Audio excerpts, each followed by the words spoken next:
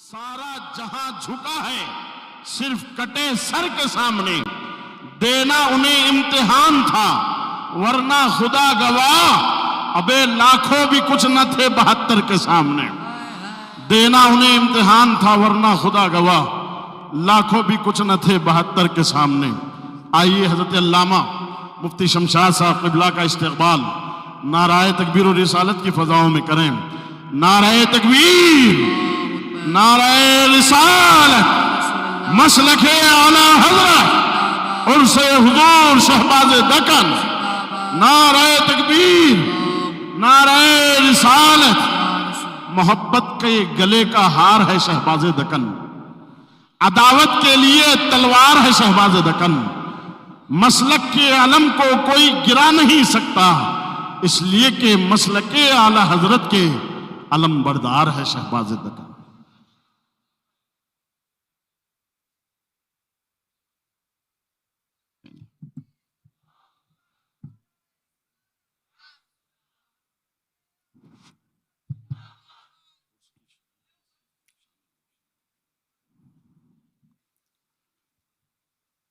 معزز علماء ملت اسلامیہ،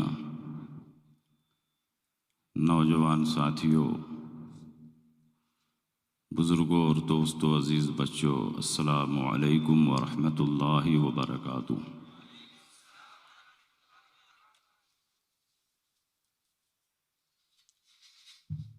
الحمد للہ رب العالمین، والصلاة والسلام على سید الانبیاء والمرسلین وعلى آلہ الطیبین الطاہرین واصحابہ الہادین المہدیین، اما بعد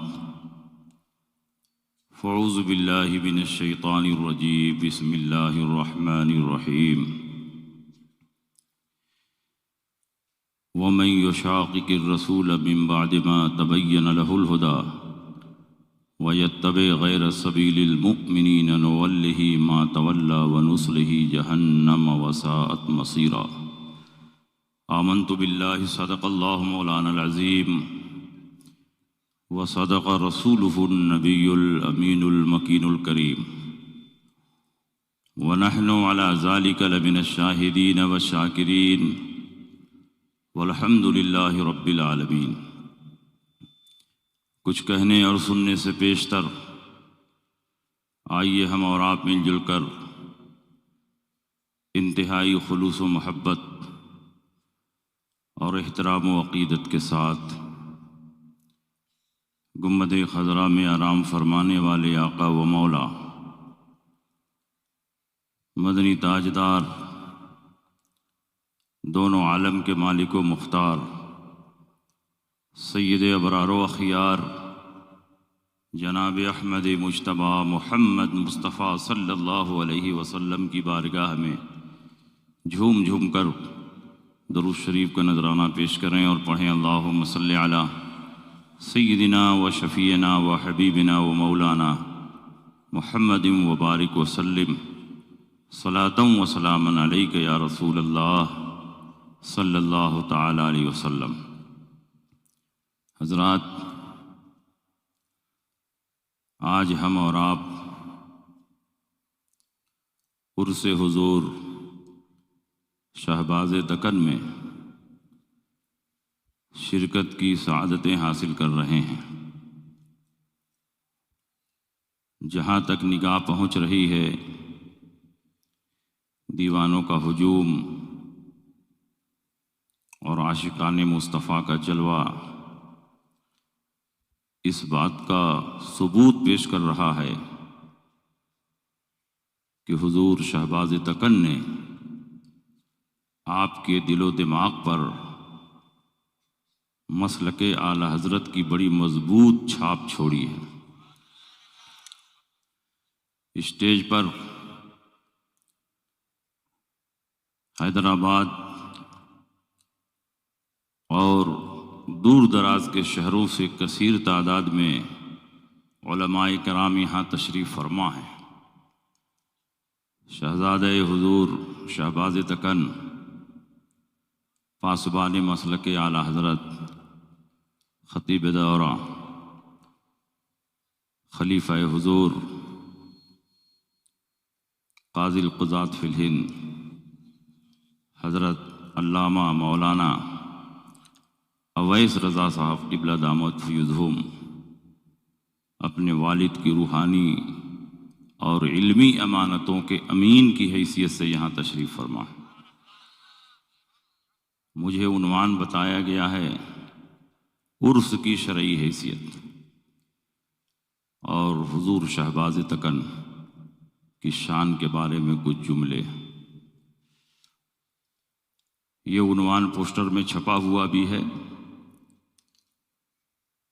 لیکن اس عنوان پر یا کسی بھی عنوان پر کتاب دیکھنے کی فرصت نہیں ملتی ہے۔ جب اس جلسے کے لیے چلتے ہیں تو راستے میں کچھ سوچ لیتے ہیں، تو اس عنوان پر بھی الگ سے کچھ کتاب دیکھنے کی فرصت نہیں ملی۔ صبح میں جامعہ امجدیہ میں پڑھا رہا تھا اور شام کو یہاں حاضر ہو گیا۔ بخاری شریف کی 2 گھنٹی پڑھایا، فتویٰ نویسی کرنے والوں کی کاپیاں چیک کی، اور بھی 1-2 گھنٹی پڑھایا۔ اس کے بعد ایئرپورٹ پہنچا، تو صبح میں مدرسے کا کام اور شام کو جلسے کا کام۔ صبح میں بچوں کو پڑھانا اور شام کو بوڑھوں کو پڑھانا۔ تو جو درسگاہ میں پڑھاتا ہوں وہی بتاؤں گا۔ عرس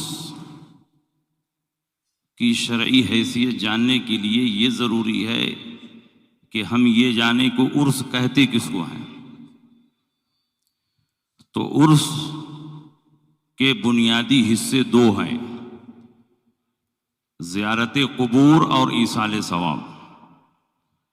زیارت قبور اور ایصال ثواب کے مجموعے کا نام عرس ہے۔ مخصوص تاریخ میں قبر پر مسلمانوں کا جمع ہونا، نیاز فاتحہ اور قرآن عظیم کی مختلف آیتوں اور سورتوں کو پڑھ کر صاحب مزار اور صاحب قبر کو ثواب پہنچانا، اسی کا نام عرس ہے۔ اس کے علاوہ عرس کی کوئی حیثیت نہیں ہے۔ اور اگر زیارت قبور کی شرعی حیثیت کتاب و سنت کی روشنی میں ثابت ہو جائے اور ایصال ثواب کی شرعی حیثیت کتاب و سنت کی روشنی میں واضح ہو جائے تو عرس کی شرعی حیثیت خود بخود واضح ہو جائے گی۔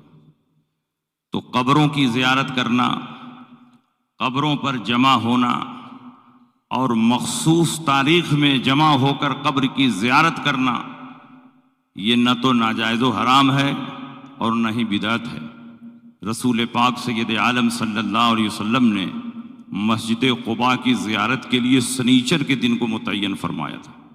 وکان النبی صلی اللہ علیہ وسلم یاتی مسجد قباء فی کل سبت، ہر سنیچر کو اللہ کے نبی مسجد قباء کی زیارت کو تشریف لے جاتے۔ اگر زیارت کرنے کے لیے دن متعین کرنا ناجائز و حرام ہوتا تو اللہ کے نبی مسجد قباء کی زیارت کے لیے سنیچر کے دن کو متعین نہ فرماتے۔ تو یہ تعین شرعی نہیں ہے، یہ تعین عرفی ہے۔ عوام آسانی کے لیے تاریخ متعین کر لیتے ہیں۔ یہ ہمارا عقیدہ نہیں ہے کہ کچھ پہلے عرس منا لیں گے تو ناجائز ہو جائے گا، کچھ بعد میں منائیں گے تو ناجائز ہو جائے گا۔ مخصوص تاریخ ہی میں عرس منانا یہ فرض اور واجب ہے، ایسا کسی سنی کا عقیدہ نہیں ہے، بلکہ یہ تعین عرفی ہے۔ عوام کی آسانی کے لیے یہ تاریخ متعین کی جاتی ہے۔ اور قبروں کی زیارت کے لیے خود اللہ کے نبی تشریف لے گئے۔ صحاح ستہ کی حدیث ہے، وکان النبی صلی اللہ علیہ وسلم یاتی قبور الشہداء بأحد علی راس کل سنہ، ہر سال کے اخیر میں اللہ کے نبی شہداء احد کی قبروں پر تشریف لے جاتے تھے۔ تقریباً 8-10 سال تک مسلسل اللہ کے نبی اس تاریخ میں، جس تاریخ میں شہداء احد کو قبروں میں اتارا گیا تھا، اسی تاریخ میں تشریف لے جاتے اور شہداء احد کی قبروں کی زیارت کرتے۔ یہ اس بات کی دلیل ہے کہ قبروں کی زیارت کرنا بھی جائز ہے اور برسی منانا بھی جائز ہے، کیونکہ اللہ کے نبی سال بسال شہدائے احد کی قبروں پر تشریف لے جاتے رہے، اور جو کام اللہ کے نبی نے کیا ہو وہ کام ناجائز و حرام نہیں ہو سکتا، وہ کام بدعت نہیں ہو سکتا، اس لیے کہ اللہ کے نبی ناجائز و حرام اور بدعت اور شرک کو مٹانے کے لیے دنیا میں تشریف لائے تھے۔ اگر قبروں پر جانا شرک ہوتا تو اللہ کے نبی قبروں پر تشریف نہ لے جاتے، جبکہ روایتیں بتاتی ہیں کہ اللہ کے نبی نے اپنی والدہ محترمہ کی قبر پر بھی حاضری دی ہے۔ حدیث کا نام ہے، حدیث کی کتاب کا نام ہے الخصائص الکبریٰ، اس کے مصنف علامہ جلال الدین سیوطی ہیں۔ وہ فرماتے ہیں کہ آقا کائنات سید عالم صلی اللہ علیہ وسلم صحابہ کی جماعت کے ساتھ مقام ابوا کے پاس سے گزر رہے ہیں۔ مقام ابوا وہی جگہ ہے جہاں سرکار کی والدہ محترمہ کو دفن کیا گیا ہے۔ جب مقام ابوا پر پہنچے، ماں کا خیال دل میں آیا، ماں کا تصور دل میں آیا۔ اللہ کے نبی سید عالم صلی اللہ علیہ وسلم کے قدم آگے نہیں بڑھ رہے ہیں، ماں کا خیال دل میں آ رہا ہے، آپ کے قدم رک گئے، ماں کی محبت پاؤں کی زنجیر بن گئی۔ وہ کون بیٹا ہوگا جو ماں کی قبر کے پاس سے گزر رہا ہو اور اس کے دل میں یہ خیال پیدا نہ ہو کہ ماں کی قبر پر حاضری دی جائے؟ اللہ کے نبی کے دل میں ماں کا خیال پیدا ہوا، ماں کا شوق پیدا ہوا، نبی کے دل میں جو چاہت پیدا ہوئی، اللہ رب العزت اس کی تکمیل کا انتظام فرما رہا ہے، کیونکہ جو نبی کی چاہت ہوتی ہے وہی رب کی مشیت ہوتی ہے۔ خدا کی رضا چاہتے ہیں کی رضا، خدا چاہتا ہے رضا محمد۔ جبریل امین بارگاہ مصطفیٰ میں نازل ہوئے، کہا یا رسول اللہ، آپ اپنی والدہ محترمہ کی قبر پر جانا چاہتے ہیں، تشریف لے چلیں، اللہ کی طرف سے اجازت ہے۔ جبریل امین نبی کو لے کر چلے، والدہ محترمہ کی قبر تک پہنچایا اور اس کے بعد سدرۃ المنتہا کے لیے روانہ ہو گئے۔ اللہ کے نبی نے قبر پر پہنچنے کے بعد چاہا اپنے دونوں ہاتھوں کو اٹھائیں اور اپنی والدہ کے لیے دعا کریں۔ ابھی ہاتھ اٹھانے کا ارادہ کر ہی رہے تھے کہ جبریل امین بارگاہ مصطفیٰ میں نازل ہو گئے، کہا یا رسول اللہ، پروردگار عالم آپ کو ہاتھ اٹھانے کی اجازت نہیں دیتا۔ اس روایت کی بنیاد پر وہابیوں نے یہ نتیجہ نکالا کہ نبی کی والدہ ماجدہ کافرہ اور مشرکہ تھیں، اس لیے نبی کو ہاتھ اٹھانے سے روک دیا گیا، مگر وجہ یہ نہیں ہے۔ علامہ جلال الدین سیوطی نے آج سے 550 سال پہلے اس کا محققانہ جواب اپنی کتاب میں تحریر فرما دیا ہے۔ امام نووی نے شرح مسلم میں اس کا جواب لکھا ہے، اور یہ حضرات فرماتے ہیں کہ وجہ یہ نہیں کہ نبی کی والدہ کافرہ اور مشرکہ تھی اس لیے نبی کو ہاتھ اٹھانے سے روک دیا گیا۔ اگر آپ کی والدہ کافرہ اور مشرکہ ہوتی تو آپ کو قبر پر جانے ہی کی اجازت نہیں ملتی، کیونکہ مشرک کے لیے دعا مانگنا اگر ناجائز و حرام ہے تو اس کی قبر کی زیارت بھی ناجائز و حرام ہے، لیکن قبر پر جانے کی اجازت مل رہی ہے اور ہاتھ اٹھانے کی اجازت نہیں مل رہی ہے۔ اس کی وجہ یہ ہے کہ یہ اسلام کا ابتدائی دور ہے، ہر چہار جانب سرکار کے دشمن پھیلے ہوئے ہیں، مکہ کا چپا چپا گوشہ گوشہ نبی کے خون کا پیاسا ہے۔ اگر نبی اپنی ماں کی قبر کے پاس کھڑے ہو کر ہاتھ اٹھاتے تو مخالفین یہ پروپیگنڈا کرتے نبی کی ماں اس وقت بخشی گئی جب بیٹے نے گڑ گڑا کر خدا سے دعا کی، اگر بیٹے نے دعا نہ کی ہوتی نبی کی ماں کی مغفرت نہ ہوتی، نبی کی ماں کی بخشش نہ ہوتی، پروردگار عالم کو یہ گوارا نہ ہوا کوئی دریدہ ذہن اور گستاخ نبی کی شان میں گستاخی کرے، اس لیے پروردگار عالم نے فرمایا اے نبی آپ کو ہاتھ اٹھانے کی کیا ضرورت ہے، آپ کی ماں تو بخشی بخشائی ہے، اور صرف آپ کی ماں نہیں، آپ کا نور جن جن اسلاب و ارحام سے ہوتا ہوا آمینہ تک پہنچا ہے، یہ سب کے سب بخشے بخشائے۔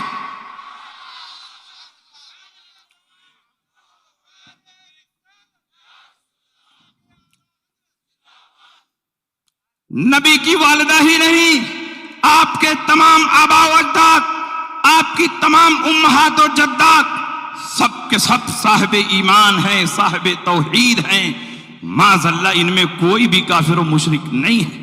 حضرت آدم سے لے کر حضرت عبداللہ تک، حضرت حوا سے لے کر حضرت آمینہ تک، جہاں جہاں آپ کا نور رکھا گیا سب کے سب طیب و طاہر ہیں، اور یہ میں نہیں کہتا، خود اللہ کے نبی ارشاد فرماتے ہیں، کتاب الشفا کی حدیث ہے، لم یزل اللہ ینقلنی من الاصلاب الکریمۃ والارحام الطاہرۃ حتی اخرجنی بین ابویہ، اور شرح زرقانی کی حدیث ہے، لم ازل انقل من اصلاب الطاہرین الی ارحام الطاہرات، ہر زمانے میں پروردگار عالم نے میرے نور کو پاک صلبوں سے پاک رحموں میں منتقل کیا، یہاں تک کہ مجھ کو میرے والدین کے درمیان سے پیدا فرمایا۔ اعلیٰ حضرت نے اس موضوع پر بھی کتاب لکھی ہے اور وہابیوں کی کمر توڑ دی ہے۔ اس کتاب کا نام ہے شمول الاسلام لأصول الرسول الکرام۔ تو اس روایت سے معلوم ہوا کہ نبی اکرم صلی اللہ علیہ وسلم نے اپنی والدہ محترمہ کی قبر پر حاضری دی۔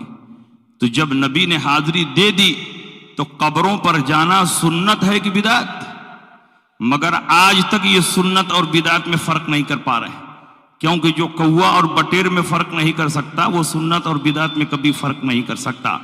اللہ کے نبی اپنی والدہ محترمہ کی قبر پر تشریف لے گئے، اور نبی جو کام کر دیں وہ کام پوری امت کے لیے سنت ہے، اور نبی سنت اس لیے جاری فرماتے ہیں کہ میں دنیا میں رہوں یا نہ رہوں لیکن میری سنت پر تم عمل کرتے رہنا، کیونکہ تم اہل سنت ہو، نبی کی سنت پر چلنا یہ تمہارا نصیبہ ہے۔ اسی لیے اللہ کے نبی جب دنیا سے رخصت ہوئے، حجرہ عائشہ میں آپ کو دفن کیا گیا، تو اب حضرت عائشہ صدیقہ نبی کی قبر پر حاضری دے رہی ہیں۔ حضور علیہ السلام کے بعد صدیق اکبر خلیفہ ہوئے، تقریباً 2 سال تک امور خلافت کو انجام دیا۔ جب آپ بھی دنیا سے رخصت ہو گئے اور سرکار کے پہلو میں دفن کر دیا گیا، تو اب حضرت عائشہ صدیقہ دونوں قبروں پر حاضری دیتی ہیں، پہلے حضور کی قبر پر، اس کے بعد صدیق اکبر کی قبر پر۔ صدیق اکبر کے بعد عمر ابن خطاب خلیفہ ہوئے، اور تقریباً 8-10 سال تک شاہانہ صدقت و جلال اور فاتحانہ کر و فر کے ساتھ امور خلافت کو انجام دیا۔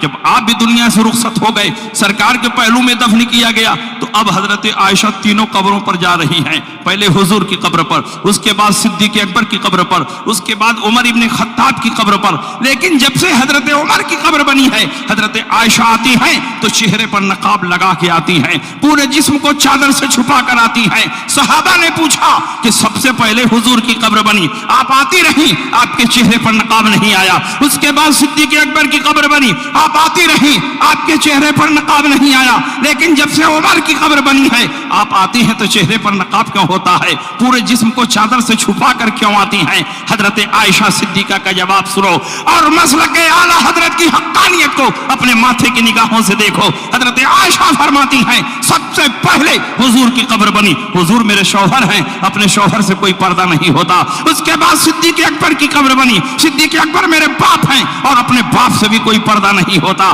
لیکن جب سے عمر کی قبر بنی ہے، میں عمر جیسے غیر محرم سے شرم کرتی ہوں، اسی لیے اپنے چہرے پر نقاب ڈال کے آتی ہوں۔ یہ روایت 1-2 کتابوں میں نہیں، 4 مستند کتابوں میں موجود ہے، مستدرک للحاکم میں، مسند امام احمد ابن حنبل میں، مشکاۃ شریف میں، شرح الصدور بشرح حال الموتى والقبور میں حضرت عائشہ فرماتی ہیں، فلما دفن عمر فما دخلت الا وانا مشدودۃ علی ثيابي حیاء من عمر، جب سے عمر دفن کیے گئے ہیں میں آتی نہیں ہوں مگر چہرے پر چادر ڈال کر، چہرے پر نقاب ڈال کر آتی ہوں، حیاء من عمر، عمر سے حیا کرنے کی وجہ سے، عمر سے شرمانے کی وجہ سے۔